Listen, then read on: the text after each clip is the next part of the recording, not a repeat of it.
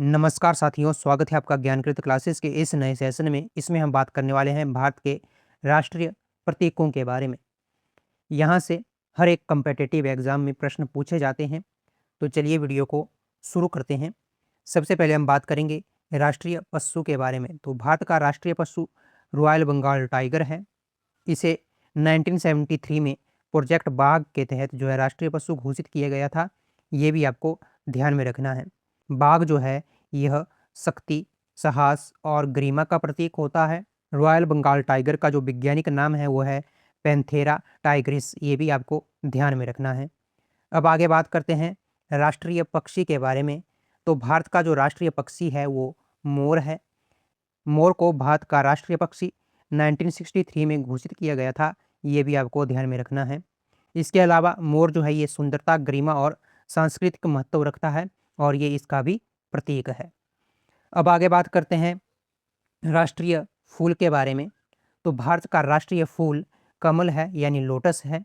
यह पवित्रता, आध्यात्मिकता का प्रतीक होता है। आप सभी को पता है कि कमल का फूल जो है ये कीचड़ में खिलता है। तो ये हमें संदेश देता है कि संघर्ष से हमें सफलता मिलती है। अब आगे बात करते हैं भारत के राष्ट्रीय ध्वज के बारे में। तो भारत का राष्ट्रीय ध्वज तिरंगा है, जिसको हम ट्राई कलर भी बोलते हैं। इसके 3 रंग होते हैं, केसरिया, सफ़ेद और हरा। जो केसरी रंग है ये त्याग और साहस का प्रतीक होता है। सफ़ेद रंग जो है ये शांति और सत्य का प्रतीक होता है। हरा रंग जो है ये समृद्धि का प्रतीक होता है। तिरंगे के बीच में अशोक चक्र होता है, जिसमें 24 तिलियां होती हैं। ये भी आपको ध्यान में रखना है। इसके अलावा भारत का जो राष्ट्रीय ध्वज तिरंगा है, इसे 22 जुलाई 1947 को अपनाया गया था। यहाँ से भी प्रश्न बनता है, इसको भी ध्यान में रखना है। अब आगे बात करते हैं राष्ट्रीय गान के बारे में। तो भारत का जो राष्ट्रीय गान है वो है जनगण मन। और जनगण मन जो है इसके रचयिता हैं रविंद्रनाथ टैगोर।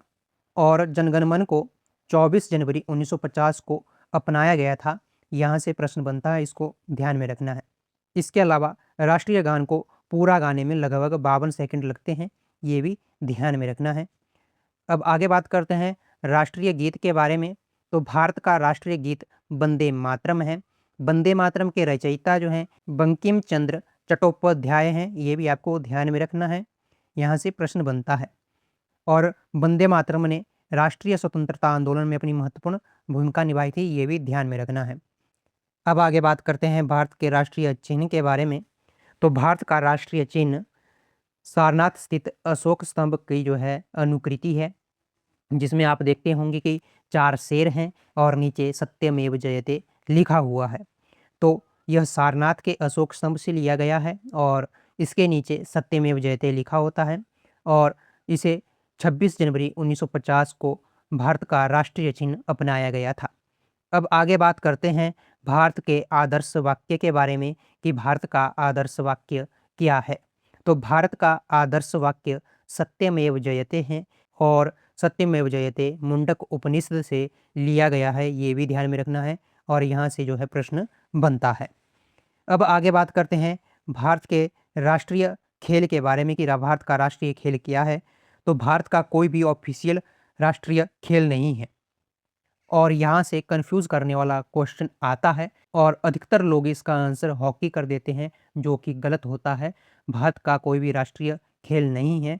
चलिए अब आगे बात करते हैं भारत के राष्ट्रीय वृक्ष के बारे में। तो भारत का राष्ट्रीय वृक्ष बरगद का पेड़ होता है। ये आपको ध्यान में रखना है।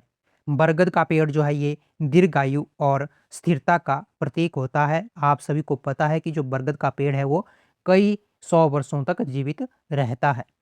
चलिए अब आगे बात करते हैं भारत के राष्ट्रीय फल के बारे में। तो भारत का राष्ट्रीय फल मैंगो है और आम जो है यानी मैंगो है, इसको फलों का राजा भी कहा जाता है। चलिए अब आगे बात करते हैं भारत के राष्ट्रीय जलीय जीव के बारे में। तो भारत का जो राष्ट्रीय जलीय जीव है वो गंगा डॉल्फिन है और गंगा डॉल्फिन को भारत का राष्ट्रीय जलीय जीव 2009 में घोषित किया गया था। ये आपको ध्यान में रखना है। और गंगा डॉल्फिन जो है ये गंगा नदी में पाई जाती है, जो इसके नाम से ही हमें पता लग जाता है। अब आगे बात करते हैं भारत के सरीसृप के बारे में कि भारत का राष्ट्रीय सरीसृप कौन सा है, यानी ऐसे जानवर जो रेंग कर चलते हैं और जिनका जो खून है वो ठंडा होता है। तो ऐसा राष्ट्रीय जानवर कौन है? तो भारत का जो राष्ट्रीय सरीसृप है वो किंग कोबरा है, ये आपको ध्यान में रखना है। और किंग कोबरा जो है ये दुनिया का सबसे लंबा विषैला सांप है। इसकी लंबाई लगभग 18 फीट तक हो जाती है, ये भी ध्यान में रखना है। अब आगे बात करते हैं भारत के राष्ट्रीय पंचांग के बारे में कि भारत का राष्ट्रीय पंचांग या फिर कैलेंडर कौन सा है। तो भारत का जो राष्ट्रीय कैलेंडर है वो शक संवत है और इसे 1957 से लागू किया गया है। यानी 1957 से हमने माना है कि भारत का जो राष्ट्रीय पंचांग होगा वो शक संवत होगा। यहाँ से प्रश्न पूछा जाता है। और यहाँ से आपको एक बात और ध्यान रखनी है कि शक संवत की शुरुआत 78 ईस्वी में हुई थी और इसकी शुरुआत जो है ये कनिष्क द्वारा की गई थी। चलिए अब आगे बात करते हैं भारत के राष्ट्रीय धरोहर पशु के बारे में, नेशनल हेरिटेज एनिमल के बारे में।